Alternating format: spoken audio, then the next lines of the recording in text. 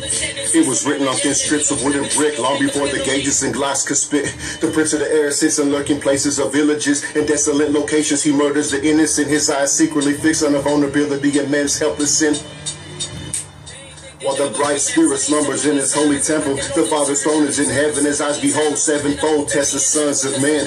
Fury and rage burns behind the minds of them. Men of sons hating on the next man's struggle to live. But all them precious stones, diamonds, gold, rubies, and gems could never balance the worth of one's wisdom and knowledge, reflected in outward directions originated within.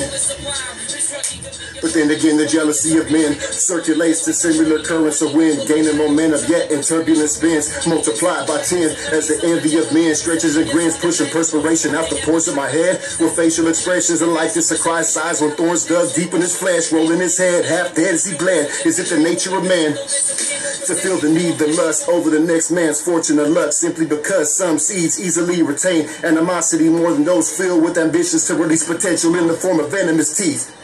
Still I let him believe, man left in disbelief. How a man with so many hidden motives can still convince these constellations of men to set the sun in the east. I battle the beast on a daily basis, man hating, anxious to see me with chains around my hands and ankles dropped in the sea. The very energy liberates me, evil objectives of man breaking vertebrae. I fuck in the back of my feet trying to get ahead, while I keep this cattle to the slaughter of a species, following me on a path that leads to a cryptic place where I shadow my face, ponder and think, with understanding only granted to those able to recognize symbolic lyrics as these that lay in rhythmic perfection to the drop of any beat. rebEL, motherfucker.